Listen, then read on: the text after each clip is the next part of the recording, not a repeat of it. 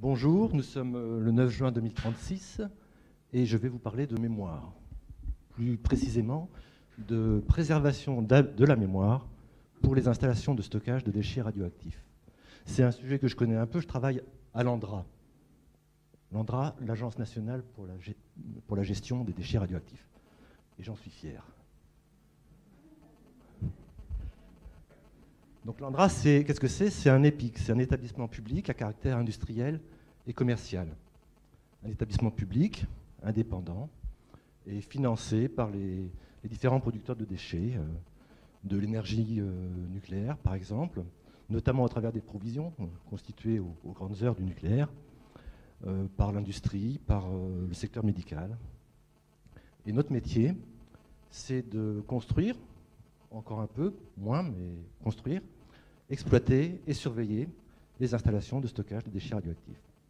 Donc ça nous inscrit dans le temps long, voire très long. La prospective fait vraiment partie de notre métier. Alors la radioactivité, qu'est-ce que c'est? Un déchet radioactif, qu'est-ce que c'est? C'est un déchet qui contient des atomes radioactifs. Et la radioactivité, ça présente des risques pour l'homme et pour l'environnement. C'est ce qui fait que le déchet ne peut pas être stocké, géré dans une filière conventionnelle de gestion des déchets. Et la radioactivité, ça peut durer longtemps. Alors pour les déchets dont nous avons la charge, c'est quelques dizaines d'années à plusieurs milliers d'années. Cette année, en 2036, nous venons d'ouvrir, de mettre en service notre installation de stockage pour les déchets les plus radioactifs et ceux qui sont radioactifs le plus longtemps.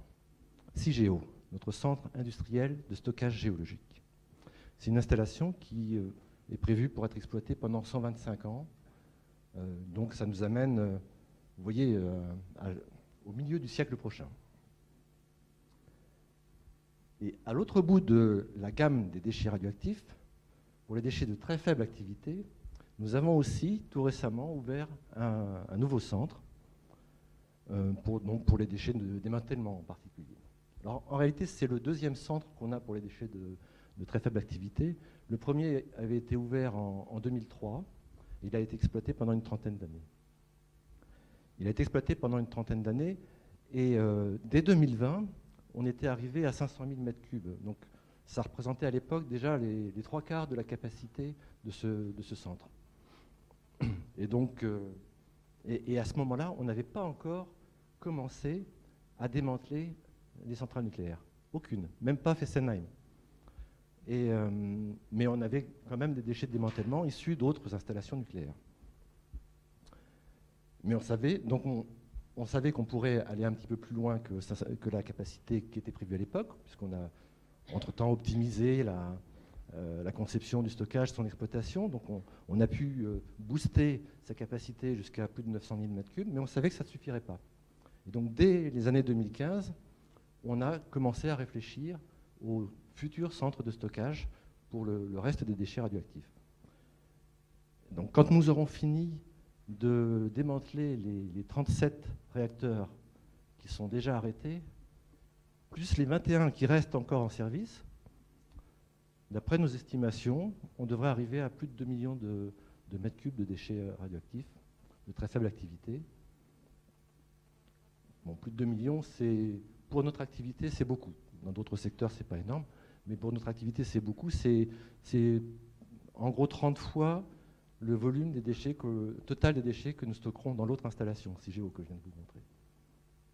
Et ça nous amène à l'horizon 2080, à peu près, ou un peu plus loin.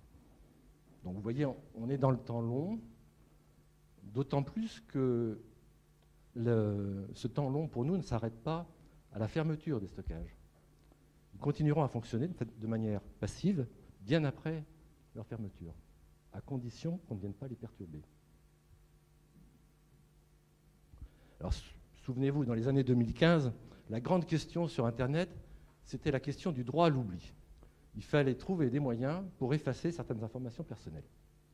Mais dans notre domaine, pour les déchets radioactifs, c'est complètement l'inverse. C'est l'obligation de mémoire. Alors, pourquoi la mémoire? Imaginez-vous, nous sommes en 2236, dans 2 siècles. Et il est question de construire une crèche sur ce terrain vague, là où il y a cette butte. Et tout le monde a oublié qu'à cet endroit-là, justement, autrefois, on avait stocké des déchets radioactifs. Ou bien, toujours en 2236, il est question de faire un forage profond pour aller explorer les ressources du sous-sol. Et tout le monde a oublié que, juste là, sous nos pieds, à moins 500 mètres, autrefois, on a stocké les déchets les plus radioactifs. Vous voyez bien, on ne peut pas se permettre d'oublier. Il nous faut préserver la mémoire. Alors, vous vous souvenez, vous connaissez sans doute les radiochats. Les radiochats. Vous ne connaissez pas les radiochats? Tout le monde connaît les radiochats. Il y en a plein. Vous savez, c'est ces chats qui ont été modifiés génétiquement pour les rendre fluorescents en présence de radioactivité. Il y en a plein du côté de Tchernobyl. Et il y en a aussi pas mal chez les riverains des centrales nucléaires. D'ailleurs, des gens, peut-être même dans la salle, vous en avez. Moi, j'en ai un chez moi. Il est tout mignon, très affectueux. Mais est-ce que vous savez d'où vient l'idée des radiochats? En fait, l'idée est assez ancienne. Elle vient du siècle dernier, dans les années 80. Et elle avait été émise à l'occasion des premières réflexions sur la mémoire pour le premier stockage de déchets radioactifs en profondeur aux États-Unis. Elle avait été émise par des sémioticiens qui avaient choisi le chat plutôt qu'un autre animal parce que c'est un animal symbolique qui accompagne l'homme depuis des milliers d'années. Il y en avait déjà du temps des Égyptiens chez les pharaons. Et donc, il est susceptible aussi d'accompagner l'homme encore pendant des milliers d'années. Mais le dispositif mémoriel ne s'arrêtait pas au chat. Les sémioticiens avaient aussi imaginé que le message de la fluorescence serait transmis de génération en génération par différents moyens, notamment par des comptines qui seraient racontées aux enfants et apprises et transmises de cette manière. Alors, il faut être clair, le radiochat, ce n'est pas notre solution de référence pour transmettre la mémoire. Mais il faut reconnaître que ça a apporté des retombées tout à fait inattendues. Un dispositif un peu plus classique, éprouvé sur des millénaires, les marqueurs. À la manière des marqueurs de tsunami, ces stèles, vous savez, au Japon, qui marquent les zones à risque de tsunami. Et alors, si le marqueur a en plus une valeur artistique, patrimoniale, ça augmente les chances qu'il soit transmis de génération en génération.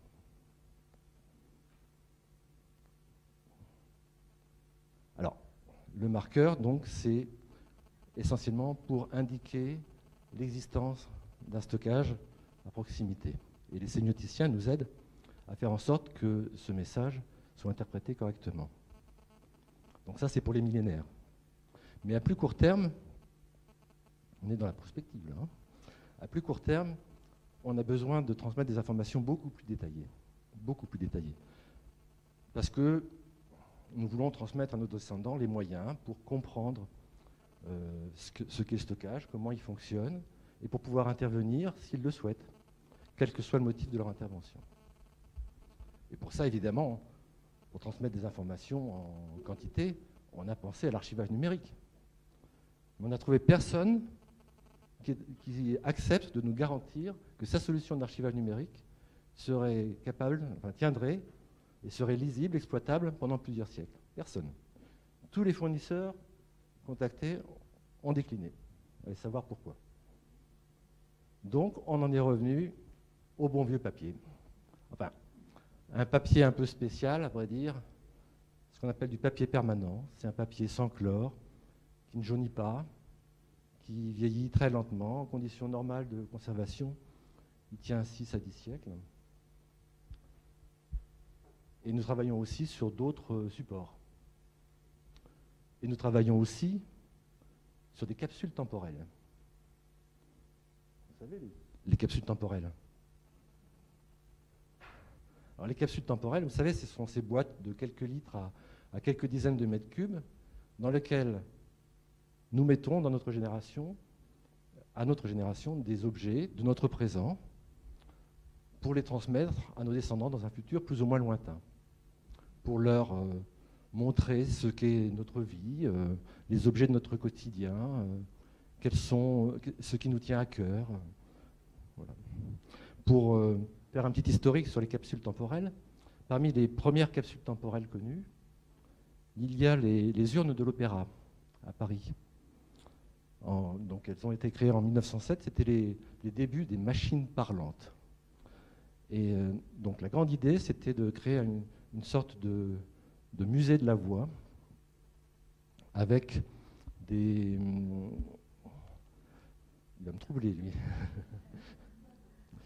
Donc un musée de la voix, et les plus grands chanteurs de l'époque, un certain Caruso en particulier, qui n'était pas encore au fait de sa gloire, avaient prêté leur voix pour des enregistrements sur disque. Et elles ont été réouvertes en 2008, donc plus d'un siècle après. Et ce qui est intéressant, c'est de voir l'évolution de la technique vocale et de l'interprétation sur un siècle.